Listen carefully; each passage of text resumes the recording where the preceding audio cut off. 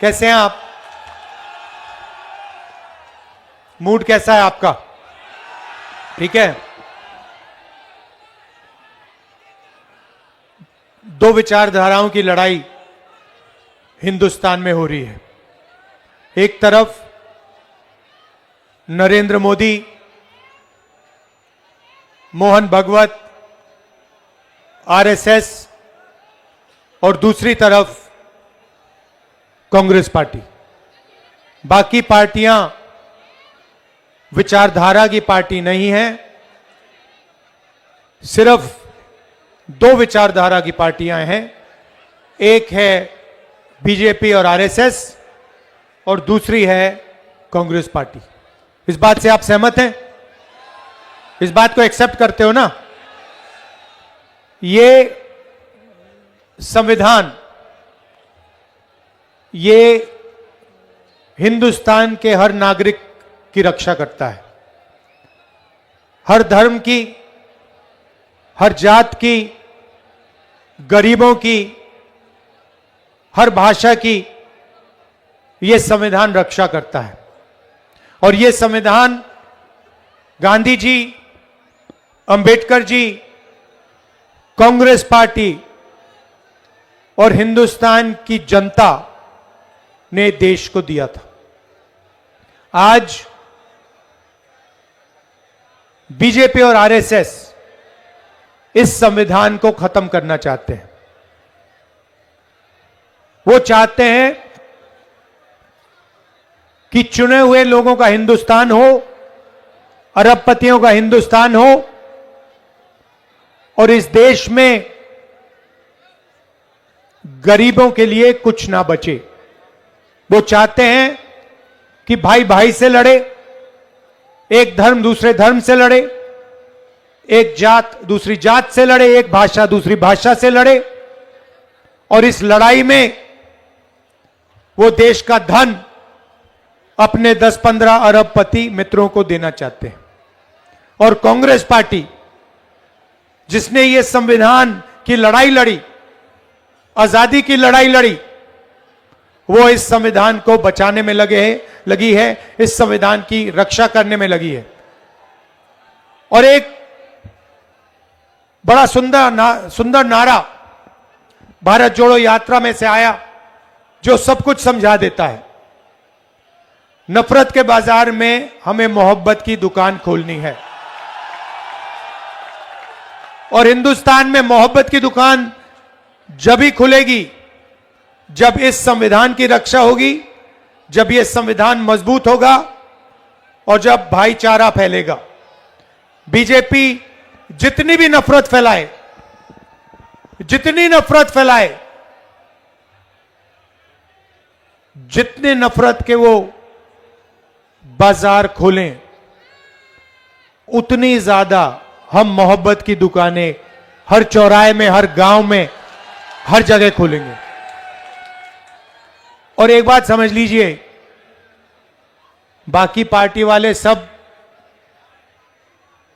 मैं नहीं जानता मोदी जी से डरते नहीं डरते हैं।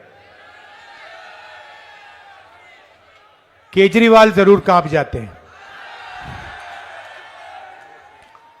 और वो आए थे, उन्होंने कहा था कि नई तरीके के राजनीति करूंगा, साफ सुथरी राजनीति। और सबसे बड़ा लिकर स्कैम, सबसे बड़ा भ्रष्टाचार दिल्ली में केजरीवाल जी और उनकी पार्टी ने किया है। साफ राजनीति। दिल्ली में सांस नहीं ली जाती है, पोल्यूशन बढ़ता जा रहा है, साफ पानी नहीं मिलता है, रोजगार नहीं मिलता है, महंगाई बढ़ती जा रही है। यह है केजरीवाल जी की राजनीति, शीश महल वाली राजनीति। पहले छोटी सी गाड़ी में घूमते थे, इलेक्ट्रिक पोल पर चढ़ जाते थे, जन लोकपाल बिल की बात की थी, अब सब भूल गए। बिजली का खंभा भूल गए, छोटी गाड़ी भूल गए, अब शीश महल वाली राजनीति करते हैं केजरीवाल जी। और जब दिल्ली में नफरत फैल रही थी, जब आपको उनकी जरूरत थी, जब माइनॉरिटीज को उनकी जरूरत थी, तो फिर वो आपके साथ नहीं खड़े थे। मगर कांग्रेस पार्टी और मैं आपके साथ खड़े थे।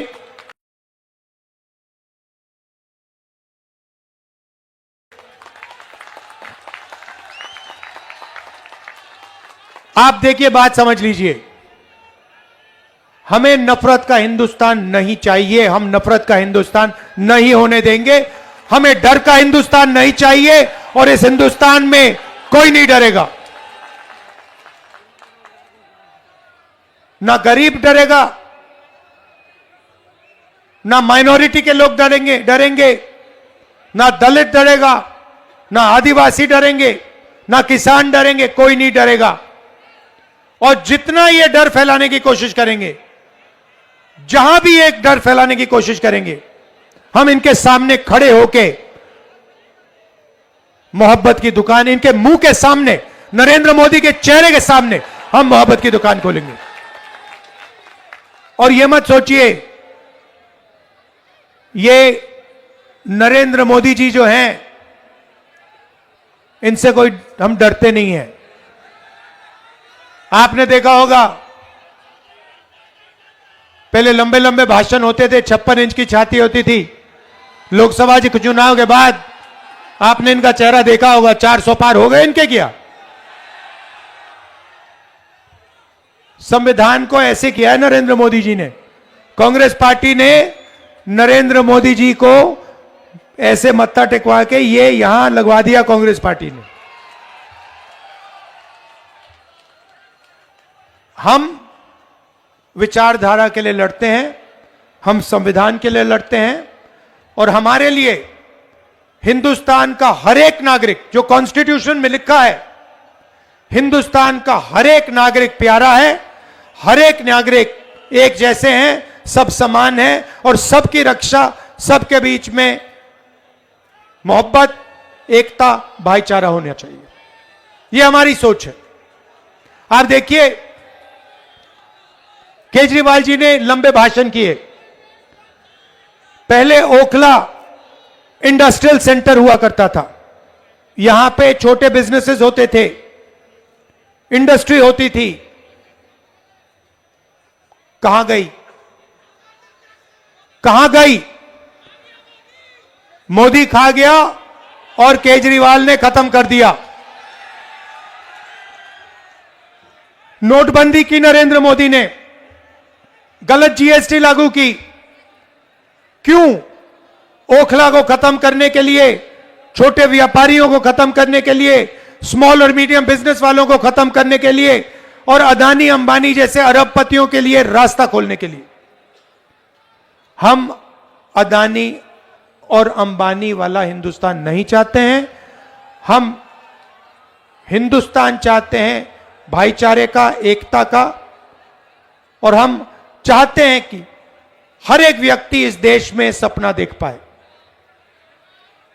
इसीलिए जहां भी हमारी सरकार बनती है, हम गरीबों के लिए काम करते हैं, हम एकता के लिए काम करते हैं, हम भाईचारे के लिए काम करते हैं, और वही हम दिल्ली में करना चाहते हैं।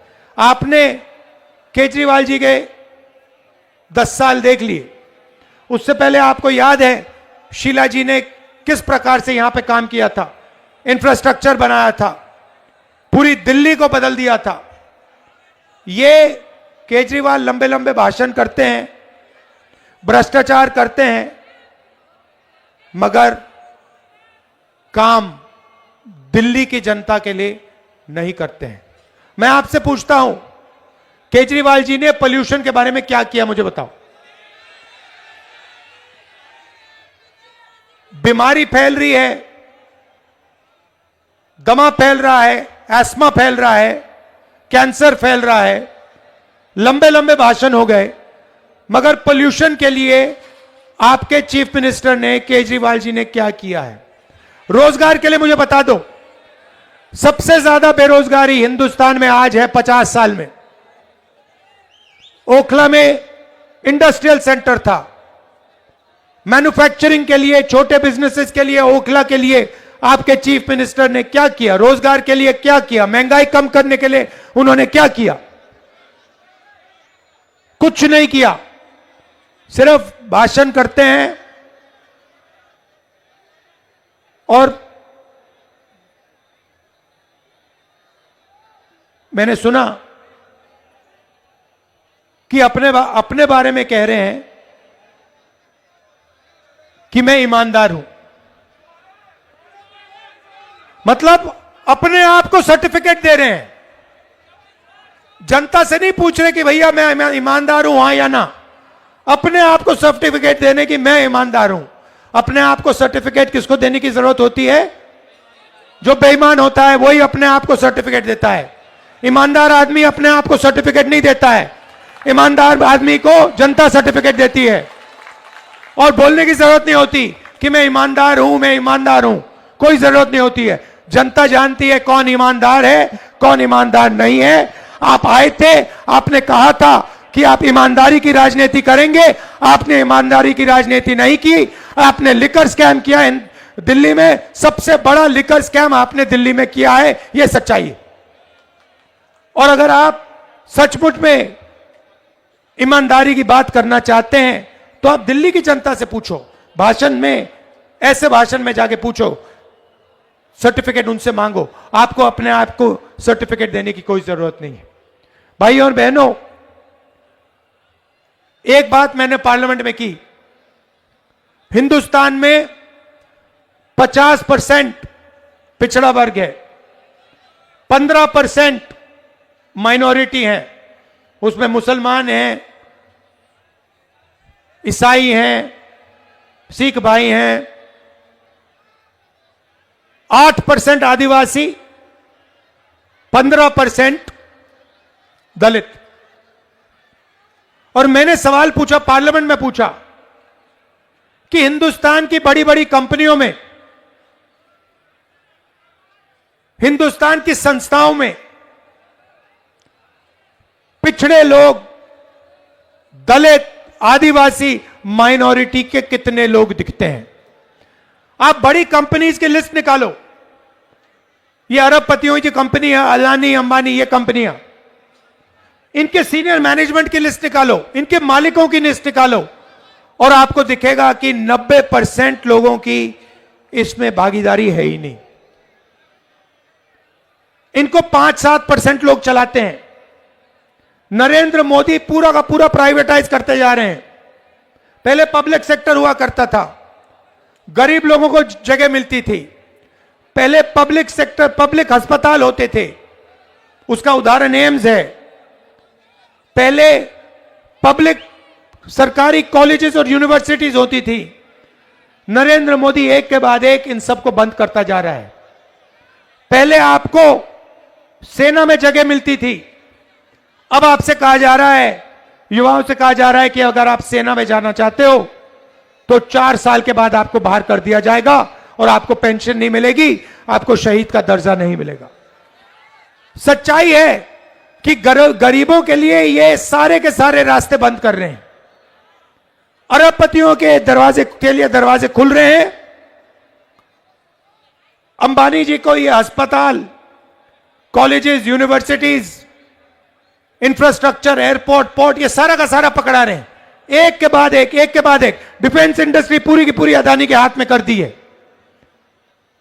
और आप लोग लाखों रुपए शिक्षा के लिए देते हो, आप मेहनत करते हो, आपके बच्चे यूनिवर्सिटी में हैं, कॉलेज में हैं, कितने पैसे दिए आपने? कितने पैसे दिए बच्चों के एजुकेशन के लिए, शिक्षा के लिए? लाखों रुपए आप देते हो, आपके जेब में से निकलता है, अदानी जैसे अरबपतियों के जेब में जाता है। और फिर बाद में आपको पता लगता है कि भैया हमने, बच्चों ने कॉलेज की डिग्री ले ली, इंजीनियर बन गए, सिविल इंजीनियर बन गए, पता लगा नौकरी नहीं मिलती। दिल्ली रेलवे स्टेशन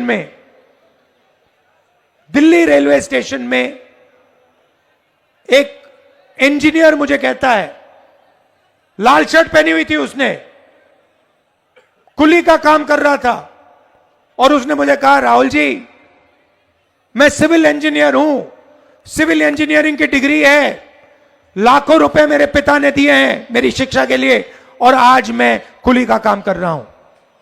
यही भविष्य है हिंदुस्तान के गरीब लोगों का।